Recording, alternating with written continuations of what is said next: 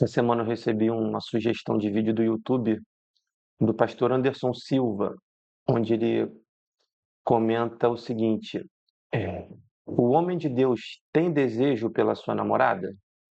É legítimo, não é legítimo? Como é que se dá isso biblicamente? Então ele comenta um vídeo de um rapaz e eu gostaria de comentar o vídeo do Anderson Silva, porque, ao meu ver, ele faz uma colocação muito infeliz e que pode influenciar pessoas negativamente. Então, gostaria de assistir aqui com vocês e comentar. Vou soltar aqui o vídeo. Um homem de Deus não tenta beijar você no carro no primeiro encontro.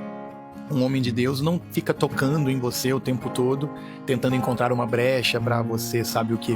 Um homem de Deus não esquenta demais o assunto quando vocês estão conversando sobre alguma coisa. Um homem de Deus não fica procurando brecha pra defraudar você. Na verdade, um homem de Deus, ele tem muito temor em avançar com você. Um homem de Deus, ele entende que você será a mãe dos filhos dele.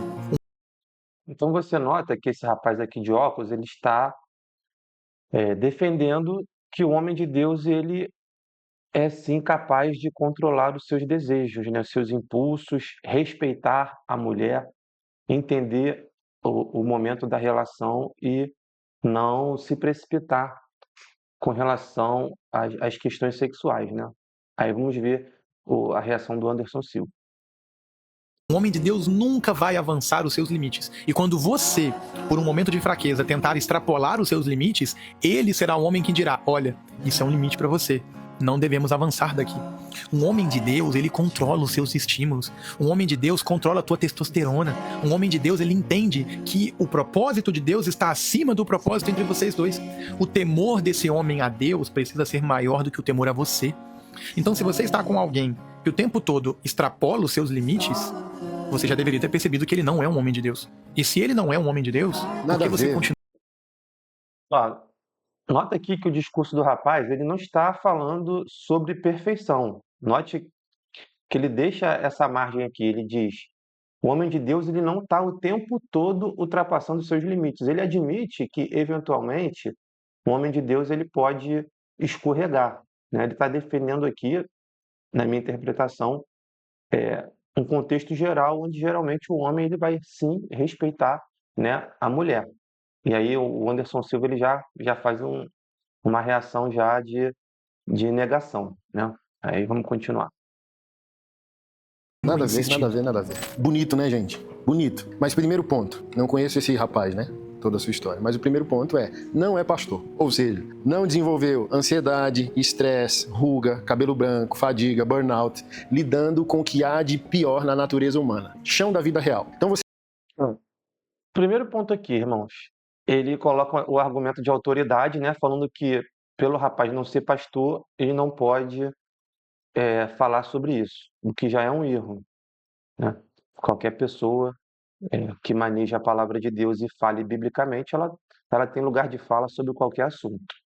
Então aqui já, ao meu ver, já é o primeiro equívoco do pastor Anderson, e ele continua aqui com, ao meu ver, um segundo equívoco, que ele associa o fato de ser pastor, você ter burnout, cabelo branco, estresse, como se uma coisa fosse associada ou sinônimo de outra, não necessariamente, né? A pessoa pode ser pastor e não passar por isso, não passar por esses sintomas. Então ele já coloca já esses argumentos para desqualificar a fala do rapaz, mas ele vai continuar, vamos ver. ser digital influencer, terapeuta online, vendedor de curso, lacrador de temas isolados para engajar a audiência para uma finalidade maior, quer vender algum infoproduto, essas pessoas não fazem parte do chão da vida real. Parece bonito, né? Parece virtuoso, parece nobre, mas isso tá... Isso aqui é verdade também. Isso aqui eu tenho que admitir que ele tocou num ponto que é verdadeiro, que existe uma distância enorme entre você ser influencer, cristão ou não, e a vida real. De fato, a vida real é diferente, sim, do que é falado meramente pela internet. Quando a gente vive e analisa uma situação só pela internet, de fato, é muito diferente. quando você vai para o que ele chama de chão de fábrica. Isso aí, de fato, há uma diferença grande e tem que ser considerado. Mas no caso do rapaz e de qualquer outra pessoa, se o que ele falou for bíblico, independente de ser da internet ou chão de fábrica, tem que ser acatado, né? E o Anderson Silva está desqualificando a fala dele pelo fato dele não ser do chão de fábrica, né, na linguagem do Anderson Silva. Mas o fato dele não ser do chão de fábrica, mas ser bíblico, já tem autoridade já para falar. Vamos continuar aqui. Está longe de ser a realidade, isso está longe de ser evangelho. A primeira pergunta que eu faço é: esse rapaz lê a Bíblia? Porque a Bíblia só tem histórias de fracasso, que foram entregues. Agora que vai começar, ó. Olha o que ele diz: a Bíblia só tem história de fracasso. Ele já vai começar a pegar a Bíblia para justificar já o argumento dele. E já começa com uma fala errada, que a Bíblia só tem história de fracasso, o que não é verdade.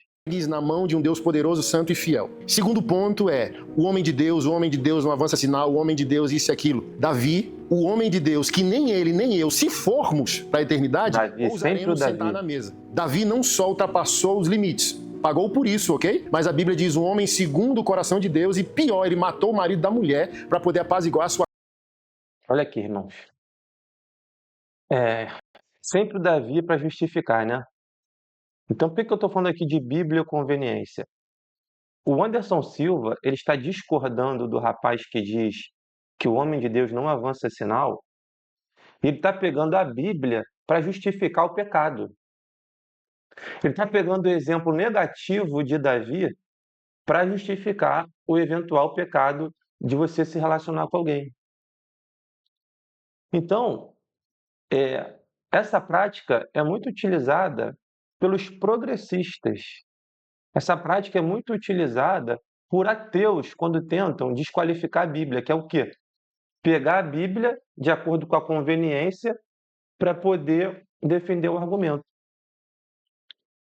Então, Anderson Silva aqui, ele está pegando a Bíblia para justificar um pecado. Por que ele não pega exemplo de José, que resistiu, ou melhor, que fugiu da tentação? Por que ele não pega o exemplo do apóstolo Paulo, que diz que pode olhar para ele porque ele é um exemplo de vida? Por que ele não pega o exemplo do Senhor Jesus? Então, por que ele não pega o exemplo de outros homens de Deus na palavra que são exemplo de vida piedosa? Por que tem que sempre pegar o exemplo negativo, né? Então, a gente é especialista em usar a Bíblia para justificar pecado. Então, a gente usa o Davi para justificar adultério e fraqueza moral e sexual. A gente usa o Elias para entrar na depressão. A gente usa o espinho na carne de Paulo para justificar vício comportamental. Mas aí, para sair disso, para viver em piedade, para ter uma vida piedosa, por que a gente não usa a Bíblia para isso? Por que só usa a Bíblia para justificar pecado? Né? Vamos continuar. Consciência. Por isso que eu estou dizendo, uma teoria bonita de internet é uma coisa, chão da vida real é outra. Então, a natureza humana é corrompida. As promessas que fazemos a nós, ao outro e a Deus nem sempre se cumprem. E o evangelho existe por causa disso. Eu vou falhar, esse rapaz vai falhar e nem sei se ele pratica a teoria que ele defende para você. E você vai falhar. E quando você falhar, isso aqui, a tese dele está adoecendo muitos evangélicos. Está adoecendo muitos cristãos, porque você eleva uma régua imaginária e no dia que você não consegue corresponder a essa régua imaginária. Então, pessoal, ele não está defendendo uma regra imaginária, ele está defendendo o evangelho, né? O discurso do Anderson Silva é como se viver piedosamente fosse impossível. O discurso do Anderson Silva é como se viver piedosamente fosse uma utopia, né? E quando você acredita nisso, você esvazia e tira o poder do evangelho.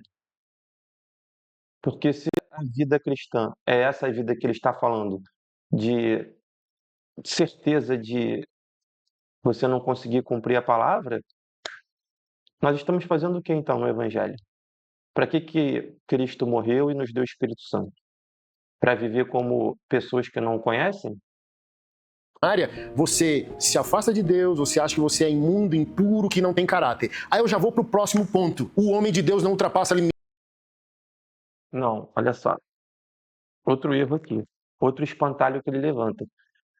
Quando você tem uma régua moral alta e cai, você fica adoecido e foge de Deus. Não. Quando o homem de Deus e que ele procura viver piedosamente tem uma régua moral alta, quando ele cai, ele apela para a graça. Ele apela para o perdão de Deus e apela para se levantar e ir e não pecar mais.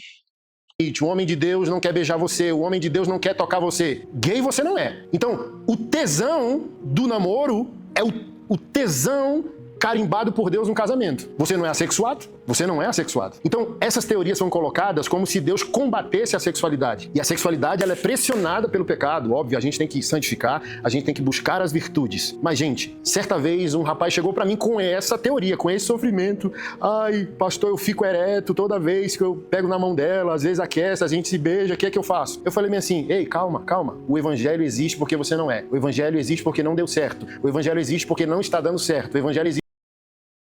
Outro espantalho aqui, pessoal. O namorado, o homem ou a mulher, se sentir excitado pela sua namorada não é pecado. Isso em si não é pecado. E não foi isso que o rapaz falou no começo do vídeo. O que o rapaz falou é que o homem de Deus ele vai saber a hora de parar, a hora de não alimentar mais esse desejo e o que fazer com ele. Foi isso que ele falou. Ele não falou que o homem de Deus não tem esse desejo, não sente atração. Não foi isso que ele falou.